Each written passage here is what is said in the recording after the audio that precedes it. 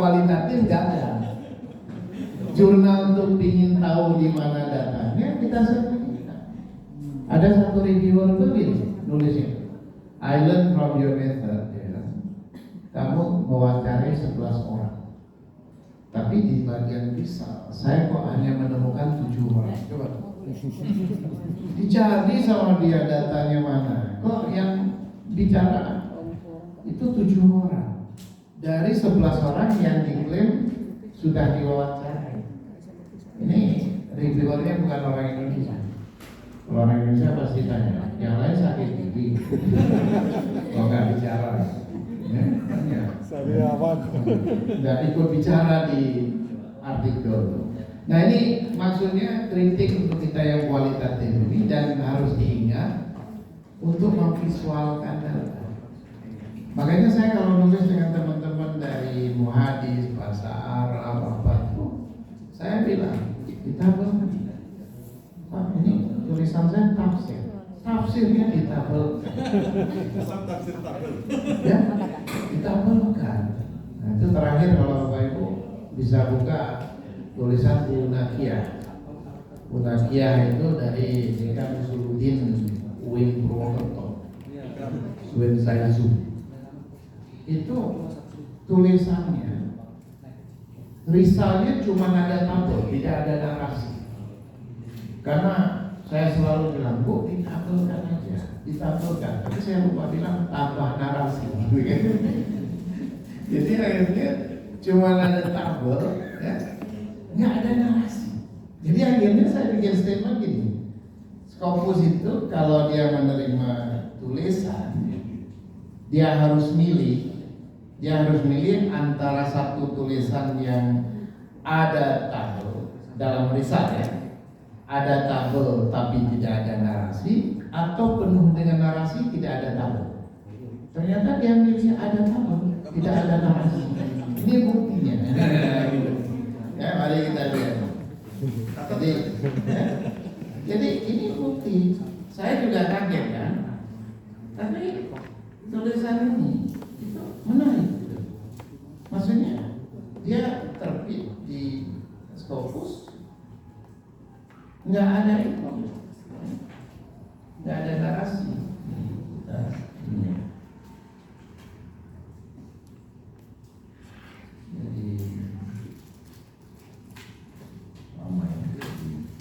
Jadi ini nanti teman-teman bisa buka tulisannya, dia risalnya. Ya. Kontroversi Muslim Community Interpretation ya. Ini nggak ada misalnya.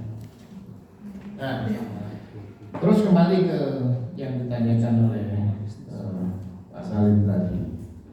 Jadi memang di dalam menulis jurnal itu minta yang simple. Jadi kalau hipotesisnya udah sampai di atas 5, itu biasanya dia minta kita fokus. Difokuskan. Jadi ada yang bisa di-regrouping misalnya. Nah, jadi paling bagus hipotesis itu maksimal 5. Jadi kalau udah lebih 5, udah ini juga dia jurnal tuh, ini kok banyak kan. Jadi biasanya hipotesis dari 3 sampai 5 idealnya.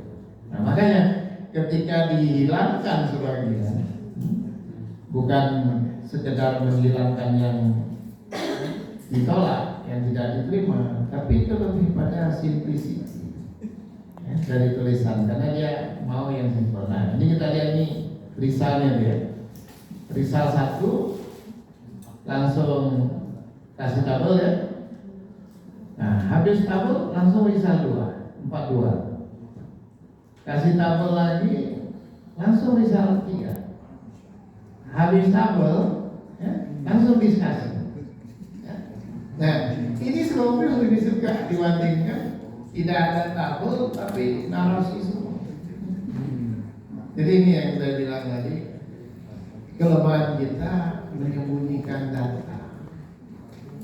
Nah sebaliknya kalau kita menulis kualitatif tapi bisa tampil dengan cara yang menarik, ya, menarik kualitatif tapi tampilannya menarik.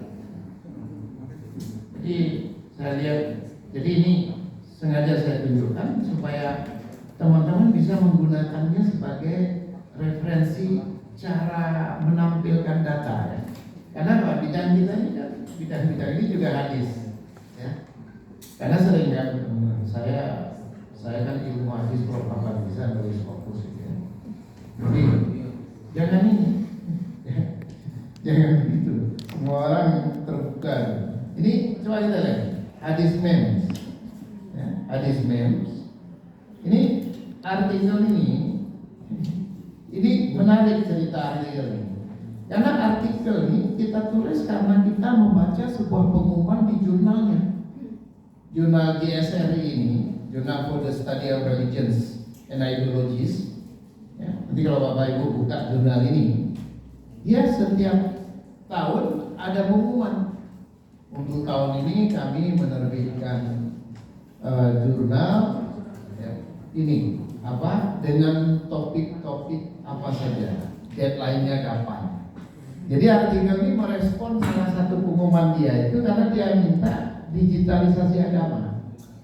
Makanya kita tulis ini. Jadi bukan karena kita canggih menulis yang hebat-hebat, tapi karena diminta jurnal. Terus kita berpikir, kebetulan saya sering bicara Internet of Religion di mana-mana, sambil mengaruhi teman-teman untuk meneliti sesuatu yang baru. Terus Mas Saifuddin Duri nunjukin saya, Pak ini ada ini. Nah itu yuk ditulis. Ini datanya apa? Saya bilang datanya meme saja.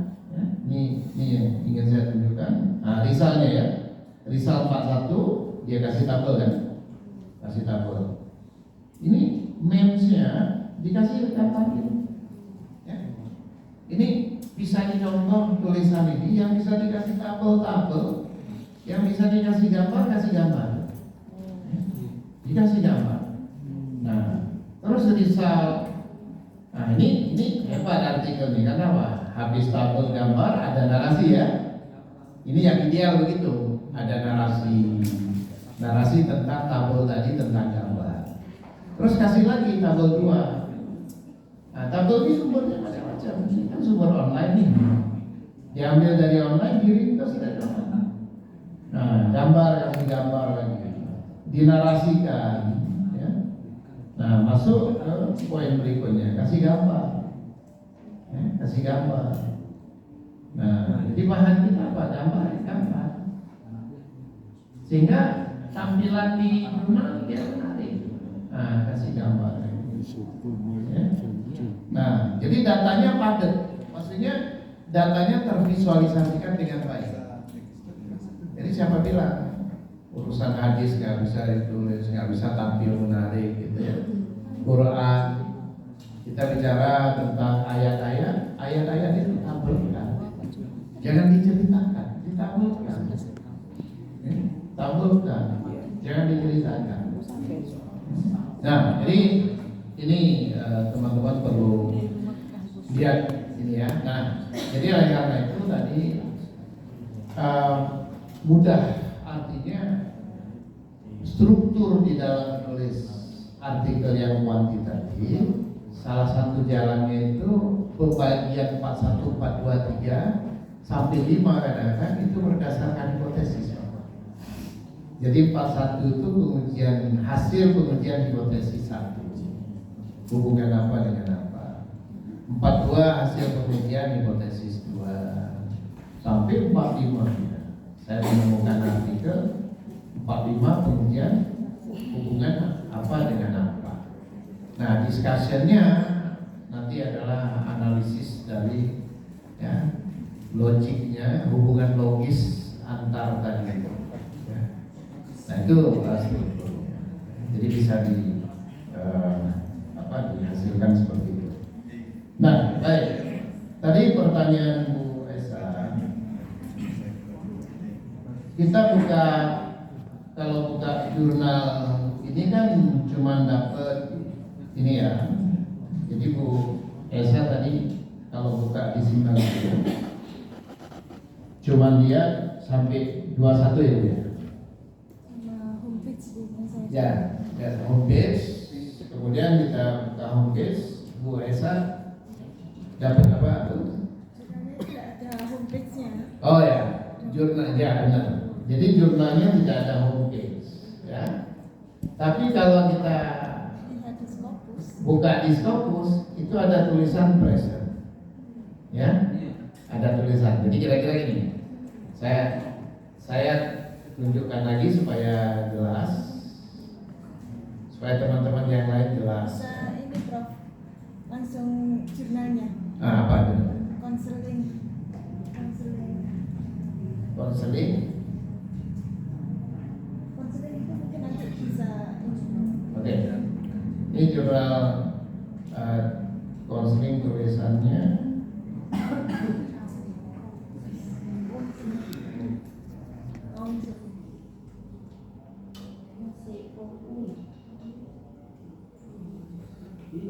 CO ini ya. Konseling psikologi and psikoterapi. Psychology and Therapy. Oke. Nah, jadi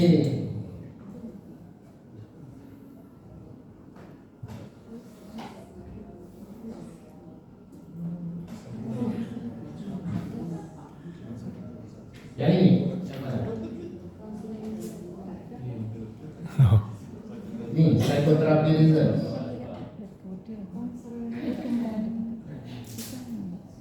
Bisa juga jurnal baru enggak? Bukan.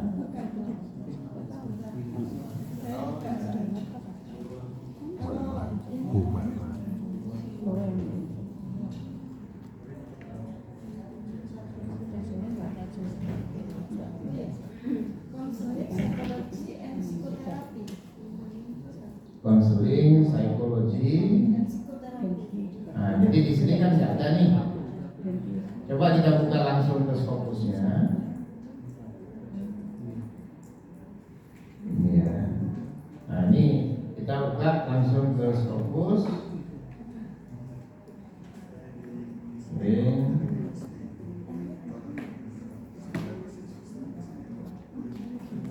Psikologi ya. L-nya satu Prof. Oh ya. Konseling, psikologi, And psikoterapi. and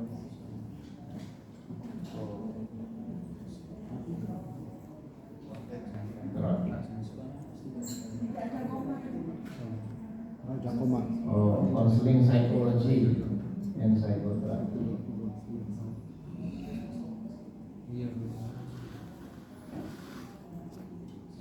Nah, jadi ini kita buka di Scopus. Dia di sini presence. Ya. Nah, kita coba buka di sini.